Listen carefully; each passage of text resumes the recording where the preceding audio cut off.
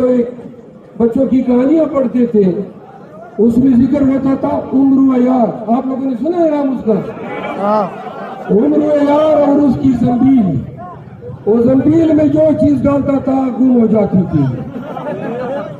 तो आप लोगों ने सिंध ने जरदारी को पैदा किया, जो चीज भी डालो गुम हो जाती है। बिलावल का पापा या मरियम का पापा, चक्की का पापा।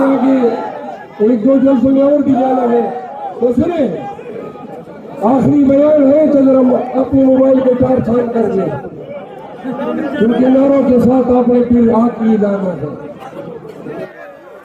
तो कराची के गैर लोगों, इस इलाके में 15 साल से मुसल्लत है पीपीपी। इलेक्शन के आयाम आते हैं, ये 2 बार